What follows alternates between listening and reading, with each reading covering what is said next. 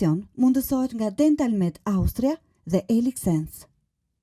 Përshëndetje, i ftuari i puntatës së sotme në pjacë kam nderin të kem Erald Pashajn, CEO i një kompanie që fillon me E, vazhdon me P, ka dhe një C në fund. E cila do të thotë Erald Pashajn, që ka dhe partner dhe që konsulton biznese, konsulton punëdhënës, konsulton zyra dhe është një nga ekspertët e ekonomisë sipas shijes time nga më të mirët që kemi në vend, sidomos për trajnimin e asaj çfarë provuan më shumë Shqipëria sot, burimet njerëzore. Faleminderit tjerë. Faleminderit ju. Ne kemi një përkim shumë interesant bashkë dhe do doja ta fillonim me këtë. Kur pash një podcast që kishte bërë një vit më parë, tash më në fund ka në Shqipëri një ekspert që flet për atë që nuk flitet kurrë në këtë vend, që janë financat personale dhe liria financiare. Dhe kërkova numrin e telefonit e kolegët gazetar dhe më dhanë numrin dhe unë më duke pa besueshme, thash nuk është ky numri. Për arsye ne të dy tani e dim, sepse ishte numri im i njëjti, por e kishim të dy me kompani të ndryshme. Edhe kur u takuam thash, "Ora sa herë ka rënë ky numri im." Në fakt sa herë ka rënë që na kanë ngatruar. Më ka rënë, unë e kam ditur që numrin e kemi të njëjtë. Shumë vite përpara, disa personazhe të politikës, kanë ndodhur disa, nuk po e përmendim emrat tash. Po ja, dy prej tyre do i përmendesh. Unë i përmend. Atëherë një ka qenë Dritan Prifti. Po flas shumë vite përpara dhe më çon një mesazh dhe më thotë, ishte drek, thotë kam bërë thotë një artikull për buxhetin, të lutem thotë ma nxjerr. Nuk i ktheva përgjigje se kuptova në fillim. Mbas pak ditësh shkruan prapë sponsorë artikullin për buxhetin, është një artikull shumë i mirë, unë prek disa gjëra thelbësore, ishte buxheti i shtetit në ato ditë si duhet të diskutohesh. Po diskutohesh në parlament, nuk e më. Po është periudha ku diskutohet. Dhe aty pashi po ngatronte numër dhe i kërkonte dikujt për të nxjerrë në gazetë diçka që s'e kishte në dorë, që isha unë. Dhe i kthej përgjigje, them që nuk mund të të ndihmoj për këtë. S'jam unë ndoshta person, jam mos bëj shaka tash se është artikull i rëndësishëm, ai insistonte që unë të nxjerrë artikullin. Dhe unë më vonë e kuptova, nuk e zgjata se s'kisha çfarë të thoja. Dhe një rast tjetër me të ndjerin Artan Lame, ai më merr një ditë dy tanët. Po, edhe mbasi çon mesazh dhe ai për punë të një artikulli në gazetë, unë nuk e dija fare se çfarë gazete ju drejtonit, nuk e dija se ku punonit, po e dija që ishte gazetar. Dhe nga shumë si kthej përgjigje, ose i kthej një përgjigje të thjeshtë, nuk mundem dot tani se më merr telefonin, thotë ç'na bëni me këto numra, thotë ç'janë këto numra tani. Thash ora unë jam shtëpi time, po shoh televizor, nuk di se si mund të të ndihmoj. Më Fredo më thotë se to shaka. Aty e kuptova unë që ai kishte ngatruar që në fillim. Mua dhe që ajo ditë unë e di që kam numrin tënd telefonit, ti e ke me 69, unë e kam me 68 dhe kemi numra të njëjtë. Kështu që e mësuan në numrin tënd. Kështu që ata që se din numrin tim, po din numrin tënd dhe kuptuan dhe janë sjell. E bukur, ky ishte përkimi i parë që kishim gjatë bisedës. Kam vite këto biseda. Po, por kanë interes duke qenë se janë personazhe publik. Po dhe ne kemi po ato numra që kemi pas. Dhe do të kemi gjithmonë me sa duket. Dhe përkimi i dytë ishte që po të tregoj një histori kur takova një profesorin tim rreth viteve 2000 në Universitetin e Missouri, St. Louis, ku në një program departamentit amerikan të shtetit, atë kohë unë isha drejtuesi i lajmeve të televizionit kombëtar Klan. Ishim për një specializim, sepse ishin fillimet e televizioneve private në Shqipëri, dhe aty doli përkimi i dytë. Ndoshta unë di se kush është St. Louis, dhe është kryeqyteti i Missourit, dhe ky është një nga përkimet. Është instaluar në Shqipëri tashmë miti i paras dhe a ka rënë miti i diplomës? Miti i diplomës ende nuk ka rënë, po besoj që miti i paras është i qartë më tashmë për gjithë shqiptarët. Dhe bërja e paras është, besoj, fokus i shumicës popullsisë. Me të mirët e të këqijat, paraja gjithmonë vjen me të mirët e të këqijat e saj dhe besoj që edhe në shoqërinë tonë ka ardhur me të mirët e të këqijat e saj. Dhe aktualisht ne mund të themi që Shqipëria nuk hyn tek vendet e varfra, siç ka qenë përpara, ka një përmirësim, sigurisht ka një pjesë popullsisë. Statistikat tonë që nga 90 deri tani është 5 deri në 6 fishuar të ardhurat për frym. Po do shikosh në të gjithë parametrat, nuk e hym që të flasim me shifra, ka një përmirësim shumë të madh. Ka njerëz që ende janë në vështirësi dhe kjo duhet pranuar, po duhet pranuar edhe fakti tjetër që sot në Shqipëri ka njerëz që kanë shumë para. Kjo është e vërtet, siç ka edhe të vërtet tjetër që paraja ka rënë dhe në duar shumë të këqija. Edhe kjo ka ndodhur Nga se ka ardhur kjo? Po ka ardhur. Dhe çfarë kuptoni ju me duart e këqija? Ose çfarë duhet kuptojmë ne? Ne e dim, po ja themi audiencës. Po. Me duar të këqija nuk kuptojmë që ka rënë në duar të njerëzve të cilët kanë bërë çdo lloj aktiviteti. Që janë aktivitete paligjshme, aktivitete, po theni, deri kriminale, kanë marrë riskje të cilat nuk janë riskje biznesi, po janë riskje të një forme tjetër dhe këto kanë ndodhur për shkak të atij tranzicionit të tmerrshëm që ne patëm, se duhet kuptojmë që ishim vendi më i varfër, njerëzit morën çfarë do lloj rreziku përsipër. Këta persona që morën këtë lloj rreziku, rrezik ekstrem. Pra po diskutohet për rreziqe ekstreme, rreziqe jete, rreziqe vrasje, rreziqe të çfarë do lloj, rreziqe të po themi konflikteve me armë, qoftë me fqinj, qoftë me të tjerë. Dhe sigurisht një pjesë e tyre dolën fitimtar dhe u pasuruan.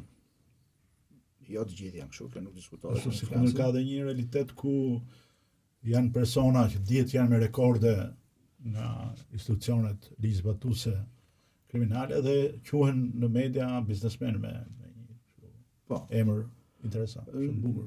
Nga ky rajoni jon, dy vende kanë pasur probleme të tilla, ndoshta jo të natyrës tonë, po edhe Serbia, e cila krijoi një fash biznesmenësh që dolin mbas luftës, që ishin të gjithë biznesmenë të cilët ishin prodhimi i luftës, i agresionit, i dëmit, i pleçkitjes, i trafikut të armëve, të gjitha. Ata ishin një natyrë tjetër. Prandaj tash edhe për shkak të zhvillimeve historike të shpërbërësit Jugosllavisë, 4 luftrave që u zhvilluan. Po, individ të tillë dolën dhe u pasuruan atje. Jo shumë në vendet e tjera, në të ish Jugosllavisë, por Serbia e pati më të theksuar këtë. Dhe sigurisht edhe Bullgaria është një vend tjetër që pati një tranzicion ku para të caktuar vajtën në duart e njerëzve të cilët në një farë forme merreshin me aktivitete, po i them plotësisht paligjshme. Dhe Shqipëria. Pra, kjo është jo se vendet tjera nuk ka, por gjithmonë bëhet fjalë për masën, pra sa është sasia. Se gjithandej ka parat pista, ka probleme, por çështja është se sa është në proporcion me popullsinë, në proporcion me nivelin ekonomik. Gjë që ne kemi pas të madh. Sigurisht vazhdon dhe sot, ky është ajo që njerëzit thonë në jetën e përditshme që thon paratë e drogës. Po nuk janë vetëm të drogës, ëh. Për ato para po flasim, dhe sigurisht këto deformojnë një pjesë të ekonomisë. Dhe deformojnë dhe sot.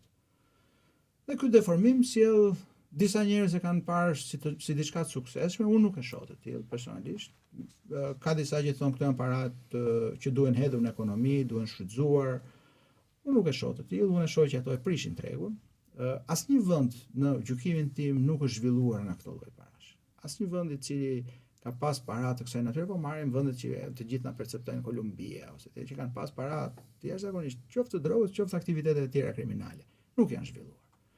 Vendet zhvillohen me disiplinë, vendet zhvillohen me rregull, vendet zhvillohen me drejtësi institucionale. Këto janë ato që krijojnë të gjithë bazën për tu zhvilluar. Nuk besoj që paratë e drogës do ta zhvillojnë një vend në asnjë lloj mënyre. Mendimi im, po. Një raport i institucioneve financiare ndërkombëtare thoshte që në 35 vite është 56 fishuar, janë 56 fishuar shqiptarë për frymë popullsisë dhe parashikonte që do mund ta kapnin mesatarën e Bashkimit Evropian pas 35 vjetësh. Do të jenë shumë fishuar më shumë se 56, po të jetë shumë e lartë. Ndoshta. Ne kemi patur një prodhim të brendshëm bruto për banor më të ultin në botë në vitin 91. Tash nuk e mbaj mend saktë, por diçka që nga $400-500 për banor. Ishte një shifër që vendi ndoshta i parafundit në botë. Më duket ka qenë East Timor, Timori Lindor, që shumë veta nuk e dinë se ku është fare Timori Lindor, dhe Shqipëria. Në varfëria ka qenë ekstreme. Ta të rinë nuk e din, por kjo është, bile nuk kemi pas as shifra, nuk kemi qenë në asnjë tabel, se nuk ishim të izoluar krejtësisht. Sot Shqipëria nuk bëhet fjalë që tjetër këtë, madje edhe në Europën, po themi lindore, ne kemi rreth 4 vende që i lëm brava në prodhim të brendshëm bruto për banor. Po kaq mund të lëm brava se pjesa tjetër është përpara. Po. Por batuta që bënim kur pam një raport të tillë, mas 35 vjet mund kapni mesatarën e BE-s, ishte që me këto ritme i bie që në 2100 të jemi më të pasurit e Evropës. Po jo, se dhe ata zhvillohen në të njëjtën kohë. Po, ne për shembull le të themi në proporcion gjeometrik, ata në proporcion aritmetik. Në disa parametra përmirësimi është i mirë i Shqipërisë, në parametra po flas makroekonomik, nuk jemi në standardin e Bashkimit Evropian, në asnjë nga vendet e Bashkimit Evropian, nuk krahasohemi, por në këtë rajonin tonë të vogël, në Shqipëri, Kosovë, Maqedoni, deri diku Serbi, se Serbia është më e zhvilluar, ne jemi, po themi, jetojmë në kushte të njëjta. Sa po thotë që ka edhe njerëz në Shqipëri që kanë shumë para. Edhe me të drejtën, se nuk e kisha vetëm po. Pikërisht se për këtë dua të flas në vazhdim. Por sipas një raporti ndërkombëtar, i binte që Shqipëri kishte 4.000 deri në 8.000 milioner, me nga 1 deri në 30 milion dollar, 55 multimilioner në kuptimin mbi 30 milion dollar dhe apo euro dhe një sigurisht miliarder i certifikuar edhe nga Forbes, siç është Samir Mane. Pra, gati një popullsi sa Erseka ose sa Memaliaj. Këto shifra edhe mund të nxirren, nuk e kishte në cash flow, nuk e kishte në cash, e kishte në asete, në pasuri të patundshme, pra të vlerësuara. Më duket pak shumë, nuk e di, sepse këto duhen analizuar. Mund shikohen se 2 janë burimet kryesore të parave në Shqipëri dhe mund të gjenden, janë pasuritë e patundshme, janë edhe gjendja e parave në banka. Këto kishin llogaritur. Ka institucione. Të dyja të miksuara. Ka dhe bizneset të cilat i vlerëson. Pra i bën një vlerësim biznesit, ka formula të cilët i nxjerr vlerën biznesit. Pa borxhe bëhet fjalë. Po, nxirret neto, nxirret bilanci, po sigurisht duhet merren një institucion, nuk merren përgjithsisht me shifra të tilla, merren me shifra më edhe ato kompani që e bëjnë këtë renditje. Duket pak shumë që të jenë multimilioner në këto nivele, megjithatë multimilionerët ishin 55. Po. Kurse milionerët mund të jenë më shumë, ishin nga 4.000 deri në 8.000, nga 1 milion deri në 30.000. Po mund të ketë edhe një llogaritje më të thjeshtë se kaq. Për shembull, shif numrin e bizneseve që janë në treg. Pra nëse ne kemi, se tash varet numri i bizneseve, ka dhe biznese numra niptesh fiktive, po marr si shembull janë 120.000 nipte. A këto 120.000 nipte, po themi numri i nipteve që funksionon normalisht janë rreth 30.000. 30.000 nipte funksionojnë krejt normalisht, gjenerojnë fitim, kanë fitim shumë të mirë, si themi. Tatimet, paguajnë tatime dhe kanë një fitim i cili është konkret. Dhe nëse ne marrim që kjo familje me një mesatare të këtyre 30.000 për 3, po e bëjmë me 3 persona familjen, se ka rënë koeficienti, nuk është me 4, po themi rreth 90.000 persona në të gjithë të Shqipërinë tonë, pra një familje, se nuk janë vetëm janë burrë, grua, ndoshta babai ose edhe një fëmijë, 90.000 persona janë relativisht shumë mirë ekonomikisht, që duhet të kenë shifrat konsiderueshme. Se sigurisht tu duhen nxjerr. Për një popullsi prej 2 milionë 2.4 milion banor. Kështu që këta 90.000 persona që janë nipte që punojnë mirë, pra ky quhet një model vlerësues, me vija të trasha. Unë e kam parë në një model se ku është bërë. Tash sigurisht mund ta zgjerojmë këtë, se nga këto 30.000 nipte që janë kompani reale që funksionojnë, ka dhe nipte më të zbë, janë dhe 10.000 të tjera që funksionojnë krejt normalisht, po, janë kompani që nxjerrin një fitim të kënaqshëm, nuk janë milioner, po jetojnë njerëzakonisht shumë mirë.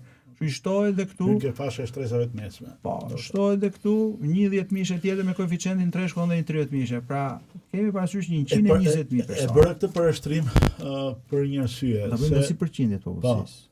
Pra, 120.000 nxora unë nga kjo bisedë që janë rreth mirë, me këtë llogaritjen e nipteve. Që i thonë, nëse do të kishim 10% të popullsisë në gjendje të mirë, siç e kanë 200.000. Ne kemi 120 gjë, pra jemi 5%. Pra një 5% e popullsisë është në gjendje shumë të mirë ekonomike. Natyrisht disa janë shumë mirë, disa janë mirë. Pastaj midis nën këta fillon dhe shtresa e mesme, se kemi shtresën e menaxherëve. Shtresa e menaxherëve që punojnë në banka, në profesionistëve, patjetër dhe paguhen shumë mirë dhe kanë një jetesë jashtëzakonisht shumë të mirë. Dhe mund të krahasohen në disa raste me këtë 10.000-shin e fashës 2 të nipteve. Pra, po të bëjmë këtë lloj llogaritje, sigurisht që ka një stres shoqërisë, ajo që konsumon, ajo që blen, që investon. Pra, kjo është një llogarisë quhet llogarita, ma një vlerësim në vijë të trasha. Por ka pasur një nga botusin me cilin kam punuar, edhe i thoja, kush është frika jote më e madhe? Edhe mbeti kështu dhe tha, frika ime më e madhe është ta që mos i humbas këto që kam dhe të gdhijem një ditë ashtu si isha 90-ën. I varfër, që vija, siç kemi ardhur një pjesë e madhe të popullsisë në Tiranë, nga fshati, nga provincat, nga jugu, nga veriu, nga lindja, nga perëndia. Dhe është njerëzore kjo frikë. Është njerëzore dhe është frika më e madhe që të humbësh atë që ke.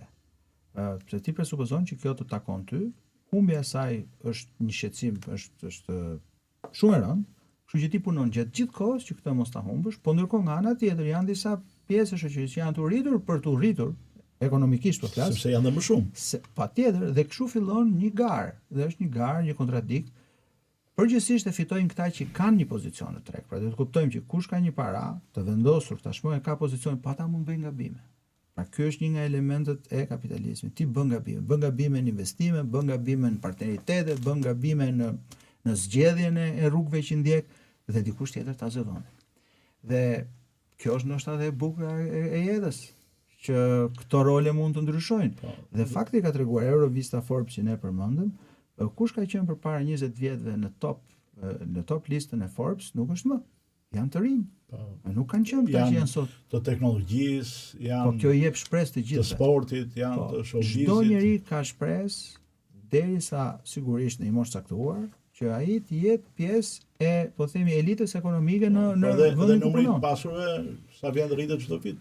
Do të qoftë lista e miliarderëve, milionerëve. Po rritet përgjithsisht, ka shumë arsye edhe puna e listës pasur, megjithatë rëndësi ka që të gjithë kanë mundësi. Pra, mundësia ekziston. A është e vështirë? Shumë e vështirë, sidomos në fillim. Pra, duhet të kuptojmë që në fillim që ti të fillosh bësh para është shumë e vështirë, pastaj me kalimin e kohës kjo bëhet gjithmonë më e thjeshtë derisa ti mos bësh një gabim madhor. Ka një diskutim botror, sidomos filozofik, në rangun e ekspertizës ekonomike të niveleve të larta, por edhe në përgjithësi debateve, diskutime. Varfëria dhe pasuria janë zgjedhje? Jo, nuk besoj që janë zgjedhje. Nuk besoj se ka dhe disa teori që, jo teori, po disa predikime të tipit që po u vure, ti mund realizosh të gjitha, nuk është kaq kollaj. Do ta vësh pak veten në pozitën e disa individëve. Natyrisht individi ka në dorë të bëj shumë gjëra, po janë disa gjëra që janë të kufizuara. Nuk është kështu që dua unë nesër të bëhem milioner dhe bëhem. Se ja unë dua, por shumë nuk bëhem dot. Po nuk është kaq kollaj. Edhe unë di se si ti bëj punët dhe pra, jo vetëm që nuk është kollaj, po nuk bëhesh dot. Pra, jo çdo gjë që ti mendon që mund të ka disa kushte rrethana. Dhe disa njerëzve unë them ja sjell jeta disa gjëra shumë tërëse. Dhe duhet ndërthuren disa elementë që ti të jesh i suksesshëm dhe të prodhosh para. Ju përmendët me të drejtë edhe shoqërinë, edhe anën emocionale, edhe shëndetin. Ti mund të duash, edhe mund të jesh dhe i Zotit, por jeta ta sjell pak tërës në familje, ta sjell pak tërës në lidhjet shoqërore, po ta sjell në dashuri, edhe ti e humb përqendrimin, po ta sjell edhe në shëndet, që nuk e ke atë luks. Pra mund të ndodhin shumë gjëra, po ndoshta edhe mendësia jote është e tillë që nuk ta lejoni gjë të tillë, ose ke dëshirë që ti jesh i kënaqur me atë që ke. Pra ka shumë faktorë që ndikojnë. Nuk mund të themi tani që ore, ti je lindur, po themi i varfër, por ti mund ta ndryshosh fatin tënd 400%. Nuk besoj që është kaq e thjeshtë ta ndryshosh fatin tënd. Dhe unë besoj që jeta rreth rrotull na tregon që janë disa gjëra që nuk i ndryshojmë dot. Janë si të thuash në një farë forme të mbinatyrshme që të kushtozojnë, të pengojnë me gjithë ndonjëherë dëshirën dhe vullnetin që kanë individët. Ashtu siç janë ca të tjerë që kanë një fat për të çuditur, që ndoshta jo me shumë punë, po me pak trashëgimi, po dhe me pak inteligjencë, kanë bërë shumë para. Nuk e besoj që është e gjitha e ndarë në këtë formë siç përpiqen ndoshta Bardhëzi. disa bardhëzi që Si ti bluza Juventusit. po u deshe tani ti do bësh Ronaldo. Nuk besoj që është, ose nuk bësh dot Ronaldo, me që morëm Juventus tani ta ligu tani nga ju në Arabi. Po luajti ca kohë. Te Juventus. Okej, a është njësi matëse, a do ta kenë të rinjt dhe shqiptarët përgjithësi njësi matëse për suksesin ose dështimin në jetë, paran, pasurinë? Tani, po të flasim moralisht nuk duhet ta kenë. Po të flasim praktikisht, ajo është njësia matëse. Pra, duam apo s'duam ne nuk i masim njerëzit më se sa i ditur është, edhe po themi se sa gjëra të mira ka bërë në komunitet. Pra moralisht nuk e masim kështu. Ne e masim dhe shoqëria sot e mat me pasurinë e individit. Sa para ka, madje edhe jo sa para ka, po sa duket sikur ka, se kjo është një fenomen tjetër. Që nuk ke, po duket sikur ke. Po më mirë të dukesh apo më mirë të jesh?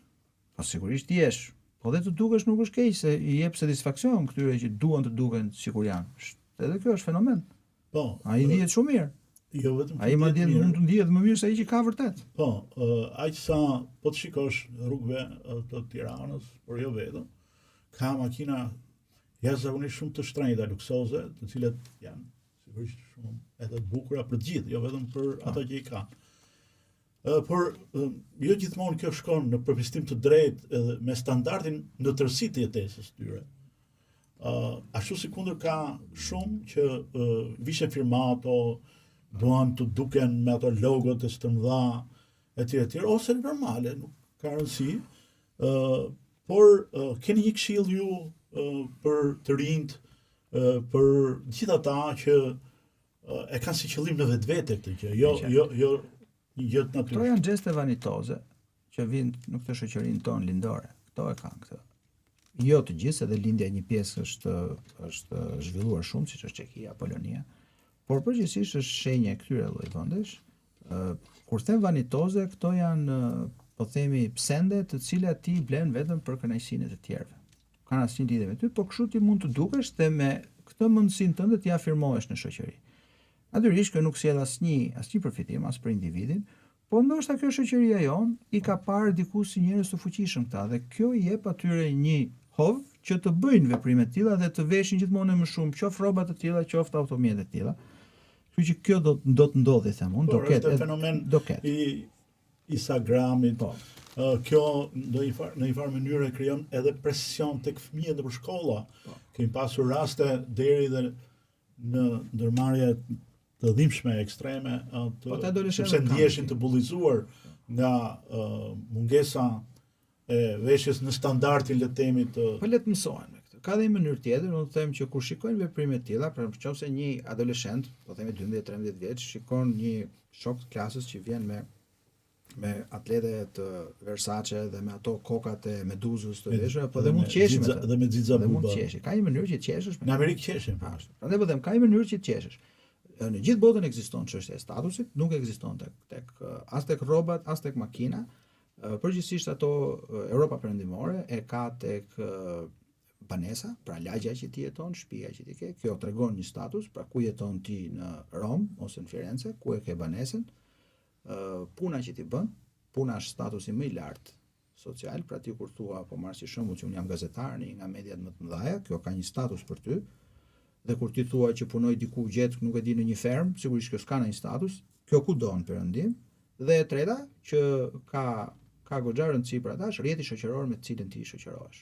Pra këto të treja përbëjnë një lloj statusi, po kjo nuk vihet re as në veshje, as në makina, edhe përgjithsisht ato i kanë këto. Po nuk i kanë të tilla që t'ia u përplasin në fytyrë shoqërisë. Se të gjithë pasurit e Europës, sigurisht ata jetojnë kushte shumë të mira. Po nuk i kanë për të dukur, i kanë brenda shtëpisë tyre. Në momentin që ajo bëhet për të dukur, atëherë kjo e humb vlerën. Dhe qofse ajo nxirret në Instagram, në Facebook, në gjithë to, atëherë ajo është totalisht për të dukur, sepse njeriu nuk e ka për të tjerët. Një pecor pak shumë me përgjigje ndoshta më të shkurtër për ta dinamizuar pak. Pasuria është shkak apo pasojë?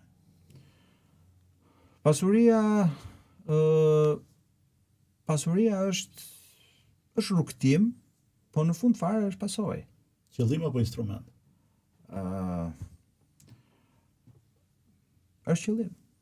Ti ke qëllim që të bëhesh i pasur. qëllimi fundor është liria financiare? Thonë që ata që kanë shumë para ndihen shumë mirë.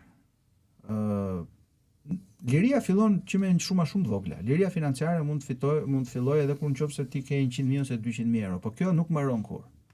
Dhe kjo edhe ndoshta kjo është një nga defektet e sistemit që ne në gjuhën popullore themi mos ngopja. Pra pse ndodh kjo? Liria financiare fitohet shpejt.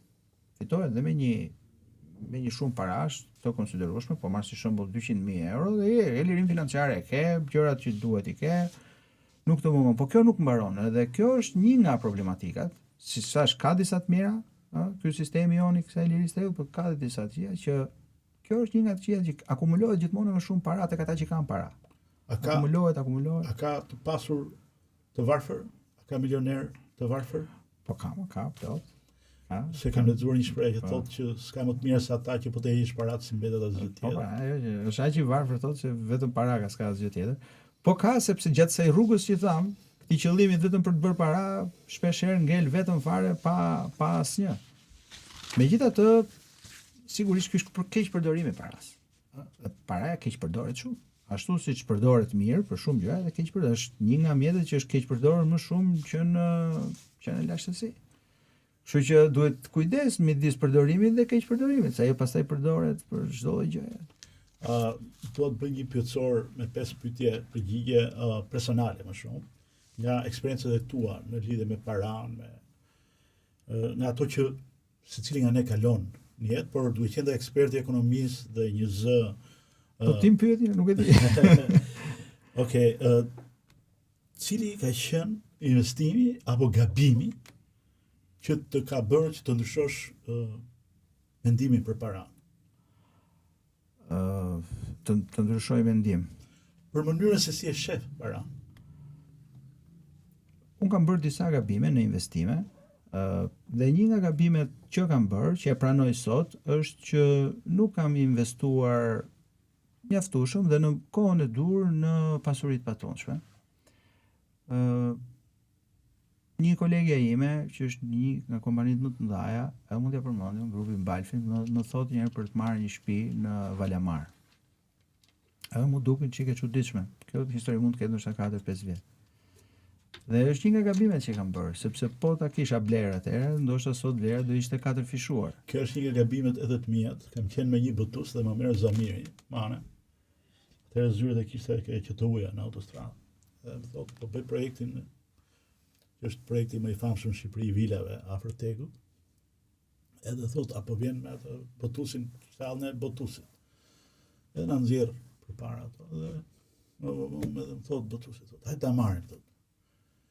I them unë, po merret ti por se përmendi disa emra me cilat rrinim një ditë, e kupton, dhe thash unë tash mirë ditën, po do të durojmë dhe natën mirë, gjatë javës do i durojmë dhe fundjavë. Në kuptimin jo të keq, por më shumë e kisha kështu si ti nuk e pes investim. Se pasi snobim. Dhe kuptoj që është një nga gabimet. Ti paske bërë më të madh se unë gabim. Shumë të madh. Kështu që do mësojmë nga gabimet e njëri tjetrit. Po. Dhe ky ishte ndoshta edhe shansi më i madh i ke humbur. Ishte edhe e arritshme për mua, me një kredime ishte e arritshme, nuk e bëra, që një gabim e pranoj. Me që më pyete për gabimin dhe më kujtua kështu se do kem bërë dhe të tjera, se bëjmë shumë, do bëjmë prapë. Po. Si tha Fatosnano, ne bëjmë gabime dhe po e rëndësishme është mos bëjmë dy herë të njëjtin gabim. Do i bëjmë ndoshta edhe më të mëdha se kemi bërë, po inshallah kemi pa pasoja të mëdha financiare. Po. Se gabimet do bëjmë. Po. Kjo është e vërtetë dhe është e rëndësishme. Nëse do kishe 20 vjet më parë, të njëjtat njohuri dhe qartësi, duke mësuar dhe nga gabimet që po flasim. Sa më i pasur dhe ishe sot. Po ti dinim nga kjo është, kështu flasim gjithë. Pra kjo është biseda që bëjmë gjithë. Pra ne bëjmë një bisedë sot me atë që ka ndodhur, duke e parë se çfarë ka ndodhur, apo ti ishte në një kohë. Jo. Nga që jeni ekspert, prandaj e a bëra këtë pyetje popullore, sepse dua ta zhvendos në një nivel tjetër dhe dua një përgjigje ekspert. Këtë thonë të gjithë sot, po prap besoj që koha tregoi që investimi në patundshmëri ka qenë investimi më i mirë që mund të bësh, edhe aty prap unë kam qenë dyshues, sepse duke i njohur këtë gjë, shikoja edhe mundësi të tjera alternative për të investuar. mendoja, si të thuash negativisht, që gjërat ore nuk do shkojnë kështu siç do shkojnë dhe kam bërë gabime. Më kanë thënë, edhe të huaj që kam takuar, dhe më kanë thënë që shiko për shembull zëm historia e garazheve ose historia e tokës, dhe më kanë thënë, shiko, një garazh sot që bën 8.000 euro do kushtoj mbas 5-6 vitesh 30.000, 40.000. Dhe nuk e kam besuar. Nuk e kam besuar, është çështje besimi. E dini që ka shkuar 100.000 euro një garazh në blok? Po të ma kishin thënë këtë kur ishte 5 vjeç do e kisha besuar. Mund ta kisha shit. Megjithatë kjo ka qenë një nga dhe unë i kam insistuar ndoshta ndonjëherë me kokforci fakti që ore shiko këto çmime nuk kanë logjikën e tregut. Edhe unë e kam bërë këtë gabim. Nga përvoja ime gati viti i dytë këtu në industrinë e real estate-it, e kam kuptuar dy gjëra. Para, ja them njerëzve, okazione nuk ka. Sepse okazionet i marrin ata që kanë informacion më parë, që janë vetë zyrat e real estate-eve, janë investitorët e kësaj fushë dhe që kanë krijuar portofolio pronash dhe kanë krijuar le të themi biznese përmes krijimit të këtyre portofoleve dhe fitimeve me rentat apo me rishitjet e kështu me radhë. Dhe e dyta, duhet blini sa më herët në zinxhirin e procesit të ndërtimit, por ka dhe disa sekrete tjera të cilat ka dhe risqe. Ka dhe risqe. Janë në përvestim dhe bota i takon edhe guximtarëve dhe atyre që marrin risqe. Unë okazionin të arsyeshme. Unë okazionin nuk e lidh vetëm me çmimin ose me një pronë të veçantë, po e lidh okazion që i shkaktohet individit. Pra, krijohet një situatë e caktuar që po marr si shembull ty të vinë disa lek që i ket lira dhe shikon një pronë që të pëlqen, po ti ke dy opsione dhe për të bërë diçka tjetër, po ndërkohë ti këto para që i ke të lira një pjesë, merr kurajon dhe i fut dhe merr një kredi diku tjetër, pra ti përdor këtë situatën tënde specifike për ta përdorur favorizuese si okazion për ty. Jo se ajo prona në vetvete do jetë okazion. Pra, momenti yt është okazion. Po, momenti yt është okazion. Pra, po marr si shembull rasti që kam pasur, kisha një bono thesari në një vlerë krejt modeste, e cila lirohesh për punë 2 javësh dhe unë këtë mund të merrja dhe të paguaj kostin e parë të asaj shtëpisë në Bregden. Gjë që se bëra. Pra, ky është okazioni që mund shkaktohet, se nuk do ndodhi okazion që do gjesh edhe kur pronat bien, qofse bien, se ka, nuk kanë rënë deri tani, po mund të ndodhi. Të paktën nga historia na tregon që nuk bien dhe bëhen zero. Pra pronat bien dhe shkojnë për shembull një pronë në kulmin e pandemisë në New York, pronat e mira ranë maksimalja 15%. Pra kjo është siç ndodhi bubble 2008, siç ndodhi në Greqi gjatë krizës financiare. Por inflacioni është shumë i madh se kaq. Pra inflacioni mund ta gryejë paranë që ti mban në bank shumë më tepër. Po këshilloni kështu njerëzit që të investojnë në real estate. Shiko, nuk e them dot, ata duhet ta gjykojnë vetë. Është shumë e rëndësishme cilësia e pronës që ti merr, sepse nuk mund të themi vetëm pronë varet se ku është prona, edhe nëse për shembull ti do bleje në një po themi zonë të humbur që nuk u zhvillua në Tiranë, prona do ishte shumë modeste dhe sot po të ishte në një vend tjetër, po marr si shembull Kodrën e Diellit, prona u rrit jashtëzakonisht shumë. Pra nuk i dihet, është varet nga prona. Megjithatë un kam hulumtuar pak përpara për punën e pronave dhe për shumë kam bërë shumë përshtypje kjo situata e luftës dytë botërore, kur në Shqipëri erdhën në pushtet Partia Komuniste dhe kishte njerëz që kishin prona. Po kishin dhe para. Ato që ne quanim qypat me flori, që në ato kohë ata i fshinin etj. Këto para që u sekuestruan. Plot tregtarëve të Tiranës atyre viteve të Shqipërisë. Po pas e doli një ligj i posaçëm për taksa e jashtëzakonshme. Ju sekuestruan, ju morën parat me pahir, çdo send me vlerë që dhe i humbën. Dhe ato i humbën. Dhe nuk i kthehet më njeriu. Pra sot ne nuk shikojmë që të thotë njeriu, ora unë të kërkoj paratë që sekuestruan gjyqin me taksën e jashtëzakonshme, se ajo që një taksë sigurisht e jashtëzakonshme. Dhe ideologjike dhe në disa rrethana specifike historike. Për t'ia marrë gjitha. Qëllimi është për t'i marrë gjitha. Dhe këto, jo se po i them unë, këto i kanë filma. Pra, po të marrin të hapin një film të realizmit socialist e kanë aty. Pra, paraja që ishte e ruajtur, ndoshta e qypat me flori, ju sekuestrua e ju mor, dhe prona, ato sot, një pjesë e tyre janë në përgjigje për hallet të caktuar, po një pjesë dhe i kanë marrë. Pra, prona nuk humbet. Këto humbiskan. Një histori tjetër e treguar nga personazhi vet që në kohën e komunizmit, bashkëshorte vet ishte shitja e dyqanit fshatit, ku shiteshin gjithë artikujt, dhe gjithë fshati, çdo gjë blinte atje. Ndërkohë burri që ishte një lloj kontrabandisti dhe në ato vitet 80 ku filloi një lloj liberalizimi edhe për shkak të rënies së sistemit dhe mbasvdekjes së Hoxhës. Dhe në 90 kishin rreth 1 milion lek. Por 1 milion lek ishte me ble gjithë fshatin atë kohë.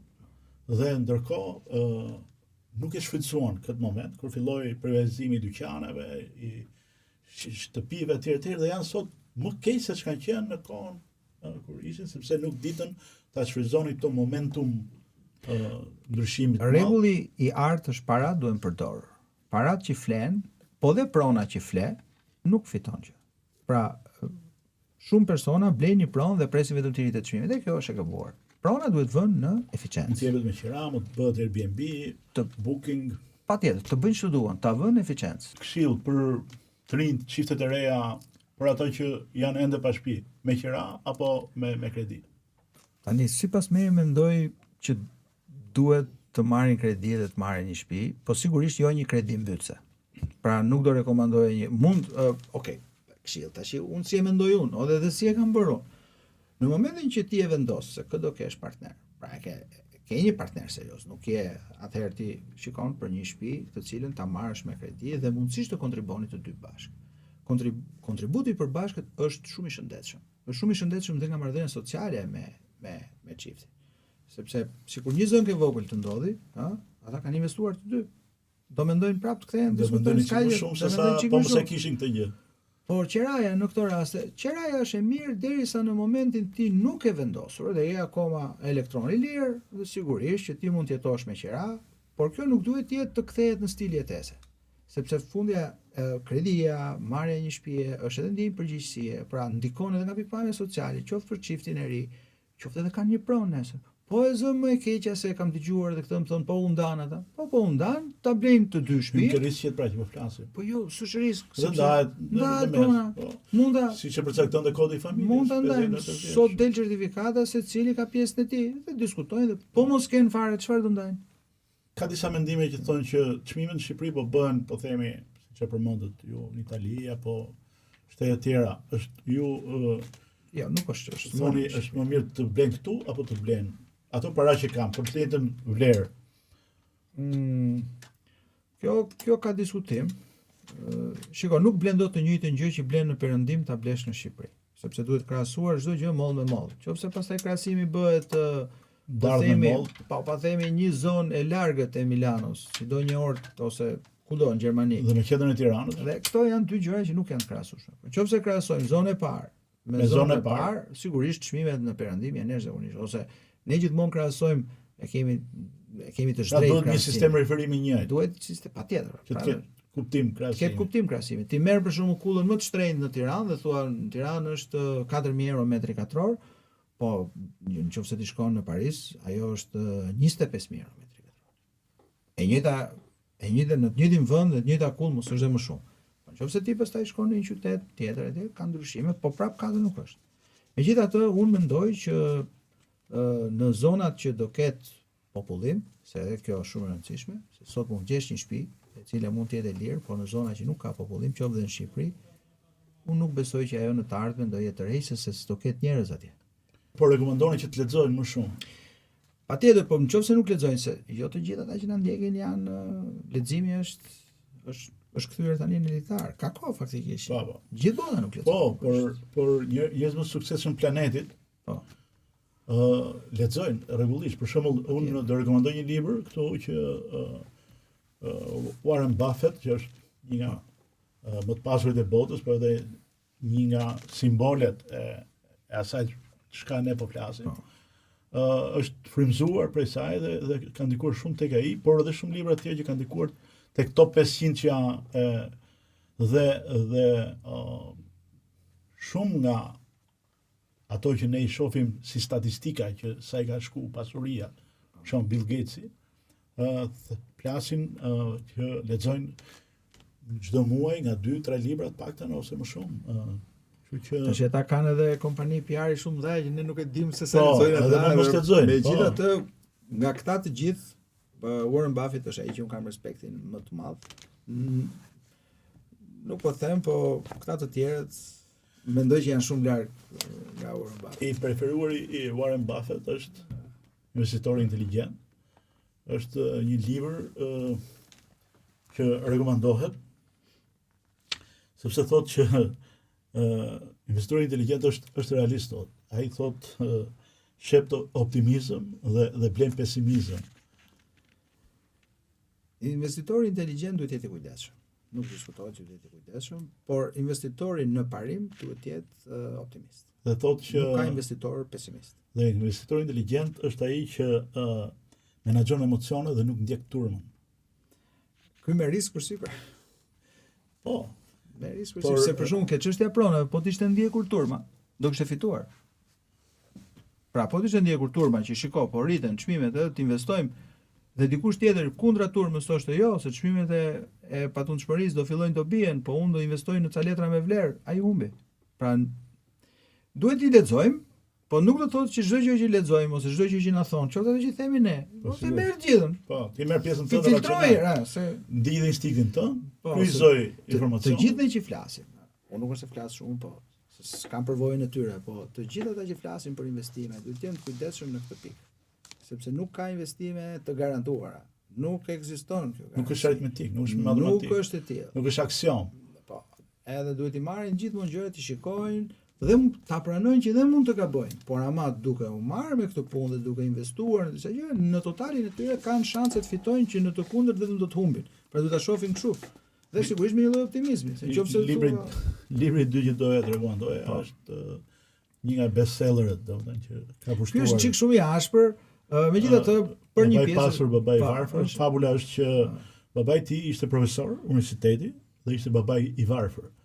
Babai i pasur ishte babai i shokut tim më të ngushtë, që ishte jo me titull akademik dhe me shkollimin e babait vet, por që ishte më i pasuri i zonës ku jetonin, dhe ky tregon gjithë historikun se si gjoj këshillat e babait pasur dhe u bë vetë i tillë, pasi aktualisht ka rreth 15.000 prona.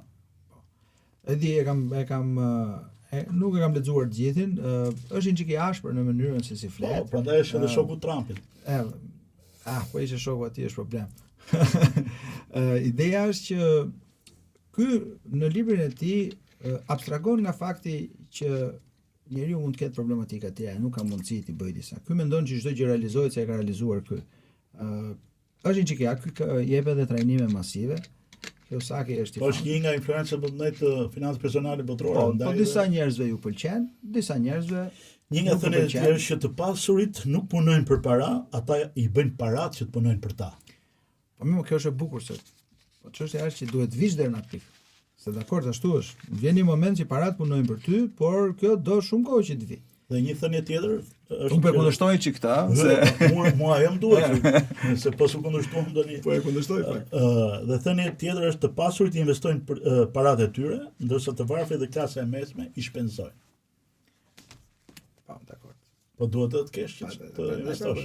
Prandaj ha diskutim, megjithatë sigurisht është një libër interesant dhe ka njerëz që nxiten nga po themi fryma direkte, ai ka një frymë shumë direkte, ndonjëherë gati të ashpër. Po, gati të ashpër, kështu që ka njerëz që nxiten nga ajo dhe pse jo mos ta lexojnë, fundit nuk humbin asgjë.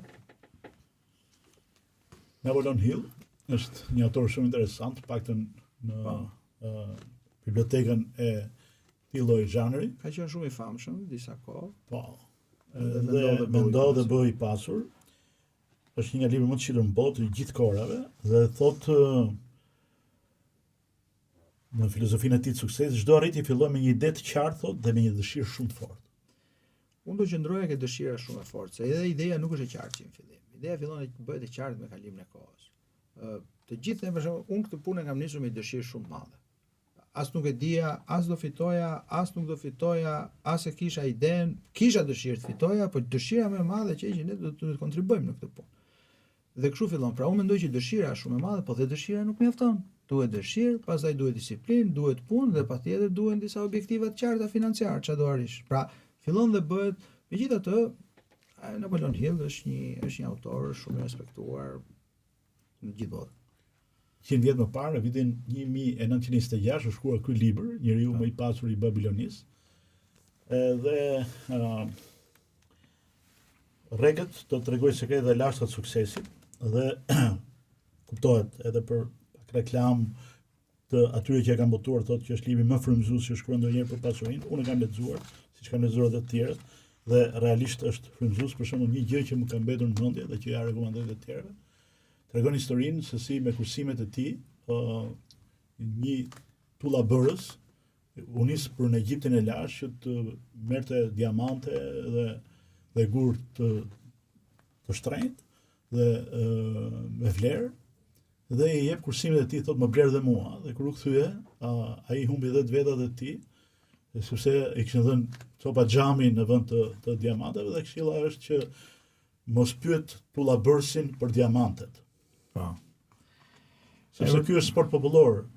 Për shembull, do të blej një pra mua nga qelluar vetë, që unë nuk e blej se shokët më thonë, ose kushërit më thonë, ose taksisti më tha, ose një që punon atje tek ai kompleksi më tha, etj. Natyrisht të marrësh këshillin e duhur, dhe kjo është zotësim vete. Megjithatë, sot të investosh është i çik më ndryshe. Mendoj që njerëzit duhet kuptojnë që të bëhesh i pasur, ose që të fillosh dhe të kesh para, duhet të rrezikosh. Po nuk rrezikove. Nëse mendojnë që kjo punë do ishte që pa rrezikuar, do ishte. Dhe pastaj bien kundërshtim me ca ligjet natyrës, është e pamundur që të ishte gjithë. Pra duhet rrezikosh. Sa do marrësh risk përsipër, kjo është dhe me natyrë. Ka njerëz që nuk e duan këtë riskun ta marrin përsipër. Edhe libri i fundit që do rekomandoja është 7 zakonet e njerëzve të suksesshëm. Stephen Covey, një libër që në fakt ajo që më ka mbetur mendje nga shprehjet e shumta është mos i vendos prioritetet sipas orarit, por vendos orarin sipas prioritetet. Prioritetet janë shumë të rëndësishme, varet çfarë prioritetesh ke. Ka dhe një gjë që do doja ta thoja, që shumë njerëz kujtohen për të marrë me financat e tyre, qoftë dhe më shumë vonë. Duhet kuptojmë që koha nuk të pret. Pra kur kujtohesh ti mbas shumë vitesh që nuk e marrë. Po, duhet se ka njerëz që ju vin mend, por ju vin shumë vonë. Ka një histori të dy shokëve që në 90-ën njëri ishte më i miri i shkollës dhe tjetri katranjosi, siç ndodhte, no? Dhe më i miri iku jashtë, emigrant. Katranjosi mbeti, dhe kur kthehet pas 10 vjetësh për herë të parë, s'kishte atëherë as internet, as digital, as telefona, as. Edhe kudo që shkonte në qytetin e tij, mendej ky emër, tha, ora ky emri është ai që kam pasur unë në shkollë, thotë. Ai thotë është më i pasur i qytetit. Thotë, ç'ne, thotë ai, thotë ai katranjos, thotë 3 vite me i klasë, edhe kopjonte tek unë ke po është për edhe shkon e takon. Si je, u çmallën. Thotë, po ti thotë, më thanë që e bërë shumë pa, po jam më çaj pasur. 90 çfarë bëja unë, tha, zinxhirin, flokët bishplum, pensë që 90 shkallash, shko këtej Mirande, shit këtu, shit atje, kishim ca para të lira, fillon priorizime, ato ishin apo merr të magazina, apo merr të dyqanit, pikën e karburantit, i morë.